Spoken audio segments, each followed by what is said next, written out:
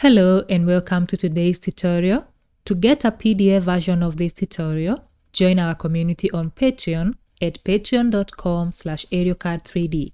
You'll get access to our starter pack files, blueprints, transcripts, early access to our content, as well as native CAD files. You also get master course lessons that are available at our flexible tiers. So click the link in the description box below and you can join as a free member or any tiers that suit your needs. I'm thinking of using multi-section solids to create this section here so that I can have an oval, a circle, and a circle. Okay, and we can actually sketch on this plane right here. It would be much easier to help with positioning. Once I sketch it, I can make an axis,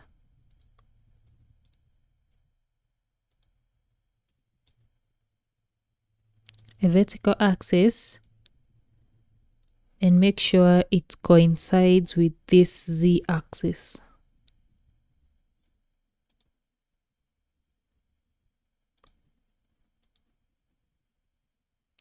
Then we'll have a circular profile. This is supposed to be a standard element, or it is. We just can't see it properly. And we say this is about 40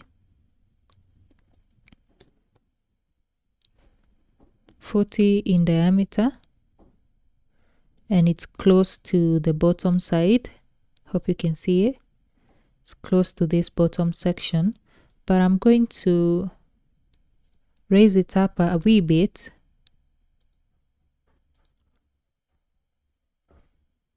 so you can see it here.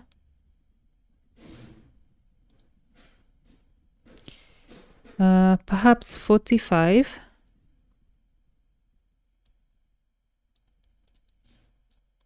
Perhaps 45.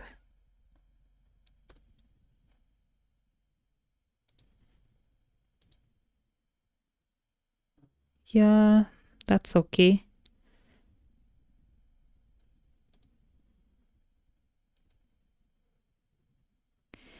And what I want to do is, you see this horizontal section here, we're going to push it outwards. So I'm going to translate.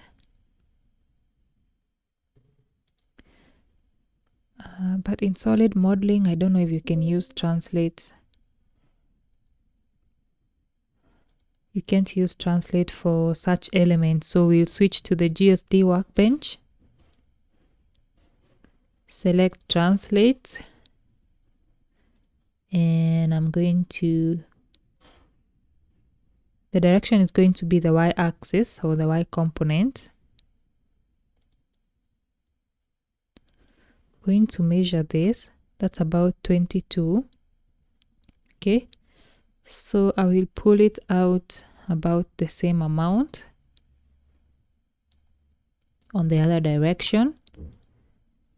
Select OK, and then obviously it's going to rise up like that to this section here. So I'm going once again, should I translate or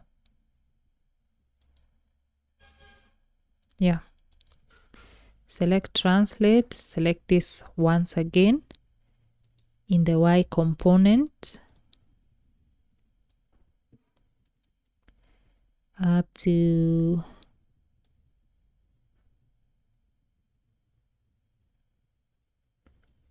about that point.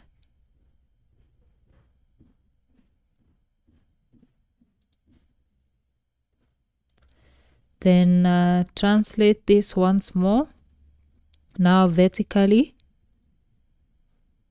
in the z component.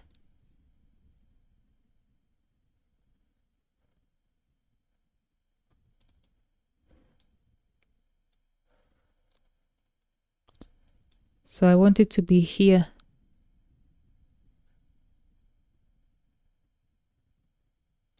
Then I'm going to hide that one. We won't use it. So now we have a section here, a section here, a section here, and we did the last one because 45 is not going to fit with this width. So I will sketch. I can actually create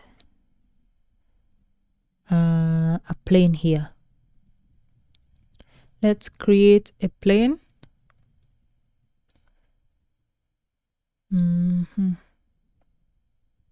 Parallel through point, but I don't have a point. I will say the ZX plane. For the point, we are going to create a point.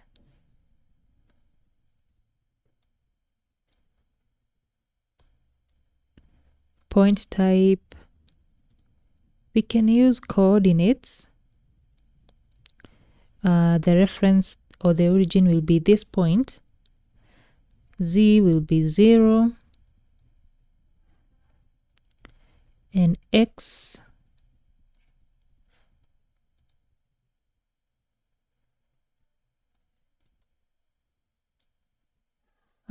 X should be, this was 150, right? Let's try 100. I don't see it. Where's our point? We should have a point about this section.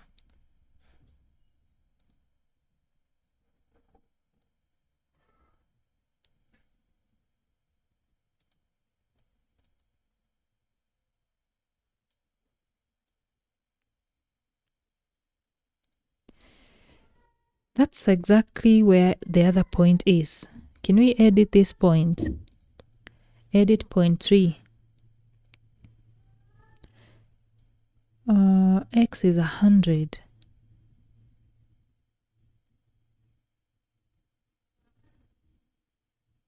Very, very confused. The reference is 0.2.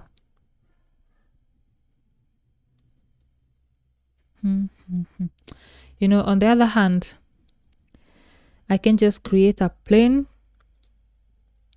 parallel through point. The reference is ZX plane, and this is the point. Then just offset it. No, let's use a plane. Let's use a plane.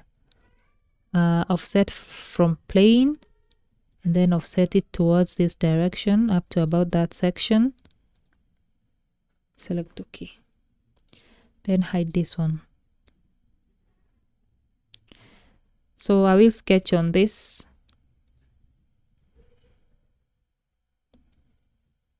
And it's nice that I can actually see this section.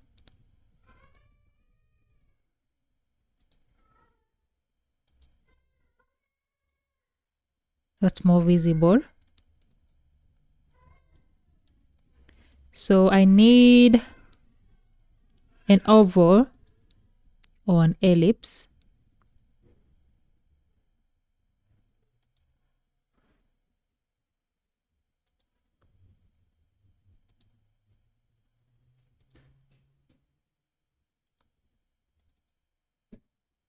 This is 45.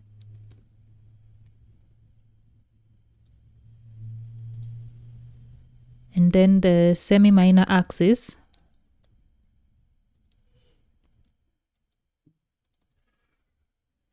is 28.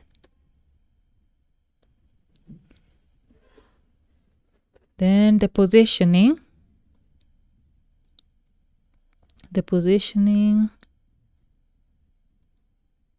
the center should align.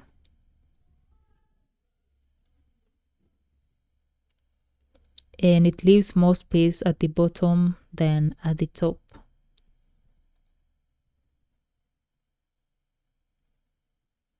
Okay. Let's try working with this and see if we can get something going. Back to part design.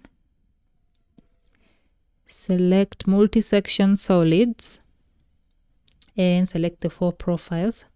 We want to first use some guidelines. Hold on. Where is clear selection?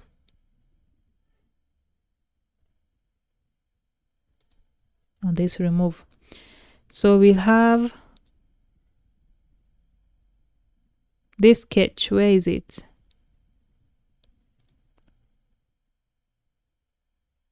Sketch 3. Then translate 1, translate 3, and sketch 4. So in my previous video, I actually used freestyle. So I was hoping to kind of use a different approach here. Let's see, coupling, it says tangency, then curvature.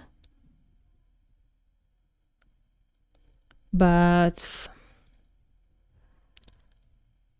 let's try ratio and see. Still relatively the same. So what I'm going to do for this section, this is translate 1.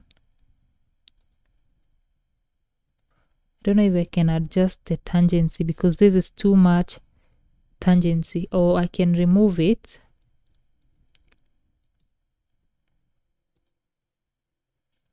Then preview. That goes all the way straight.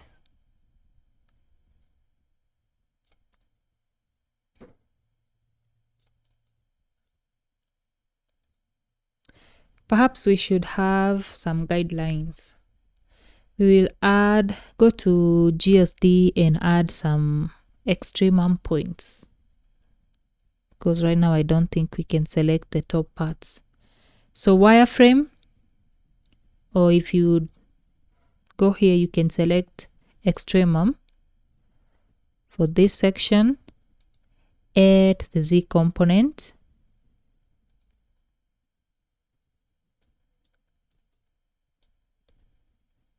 I don't see it.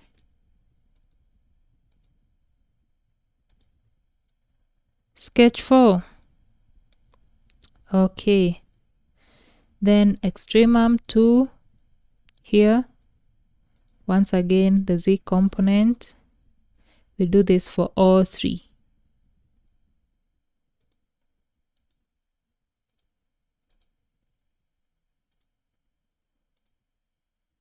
So we would rather create our own fillets later on. And then we will have line, point to point. Connect those 2.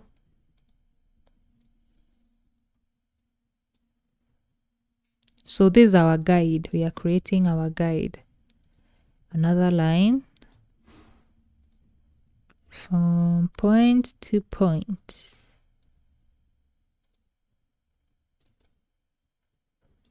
Should we join it? Line 1, 2, and 3. Let's try now with that one and see how it works out. If this doesn't work, we just go with the freestyle. That is CATIA ICEM. Then we select this as our guide.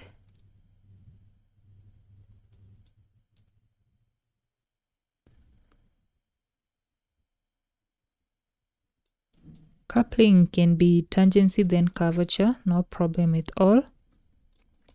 So I actually like this one. I like this one. Tools, hide all points.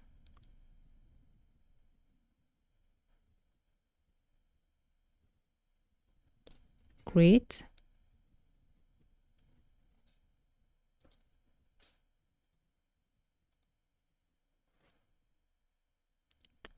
I'm going to add edges because I can see the edges. And then we can now have the fillets. See if we can smoothen this up.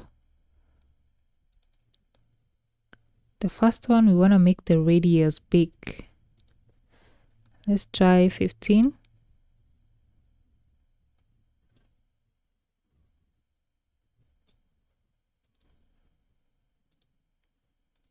Okay.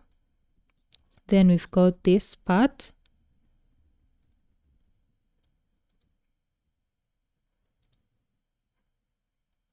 Those are kind of merging. I don't know if that's okay. Not very happy with these colors. The default color barely visible. Now we've got this section here, which is a bit tricky.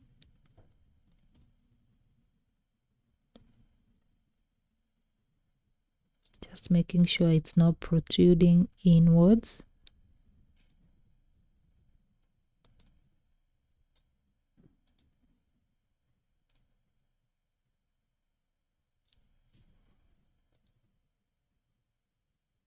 $15 might be too much.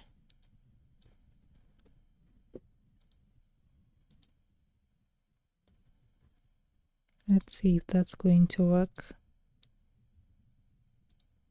At least one unconnected fillet. Yeah, that looks welded, right?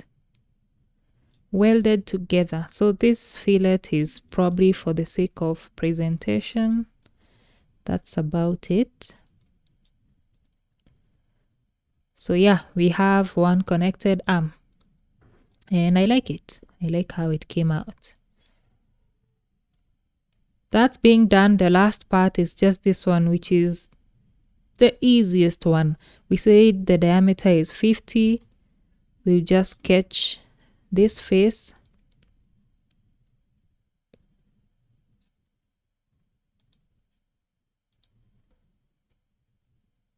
I'll just hide this.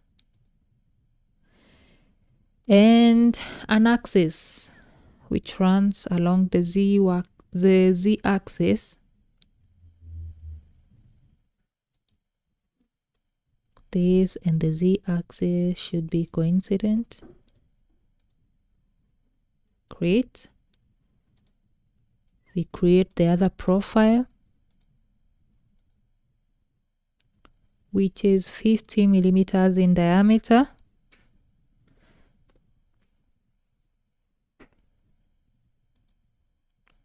Maybe raise it like so. I can go to the front view to compare. Yeah, that's fine. Then we're going obviously to use, in this case I can just add the thickness here, right? I can just add another one with a diameter of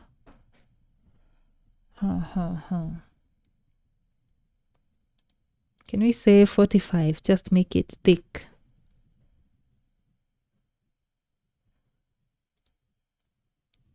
$45.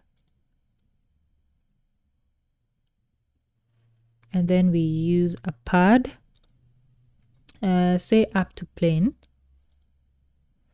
Then we'll go up to the center, the ZX plane. And finally, we add a fillet right here. This is 10 millimeters.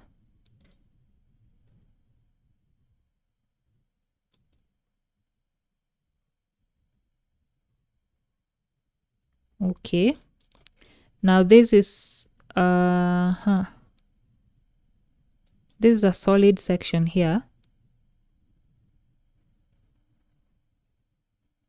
I wanted to make it hollow. I don't know if that's possible. Using shell, not thickness.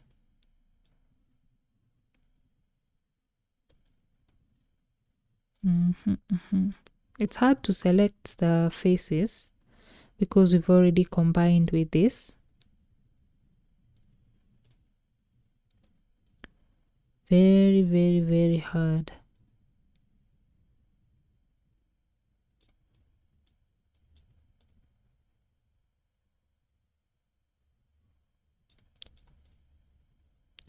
Let me hide this part.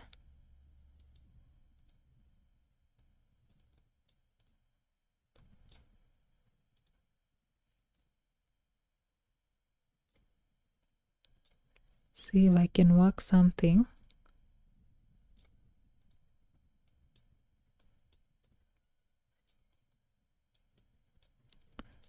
Trying to create a hollow section like that.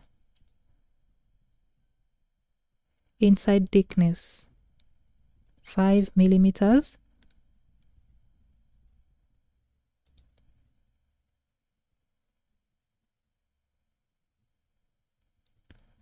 So I think it has.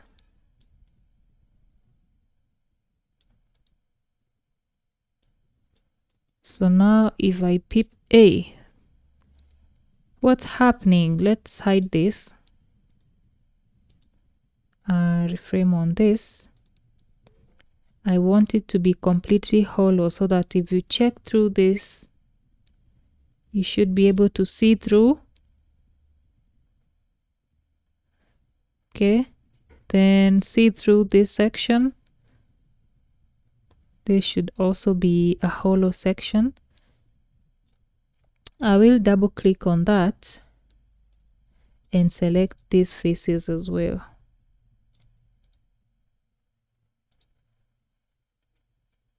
So it's just a shell with 5 millimeter thickness. You can see on the inside, that's hollow.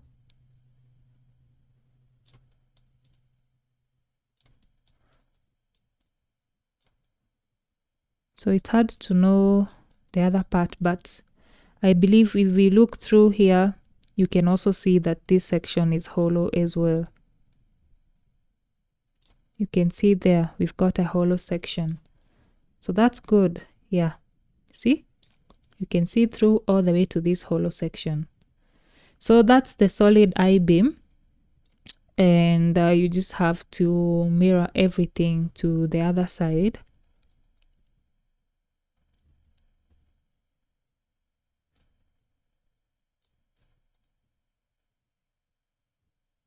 Yeah, see that? You can actually tell it's hollow using this outline. You can see this double outline, so it says there is a wall and it's hollow. This part is hollow. So is this section, so is this section. And that's great. Yeah, when you look at the outline, everything is hollow. You can also change the material or the view or the shading to wireframe, and the wireframe can tell you which parts are hollow, which part has a thickness. So you see the double line, that means that's a thickness.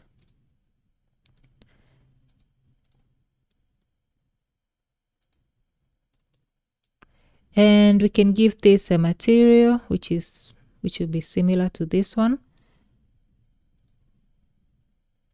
dark red.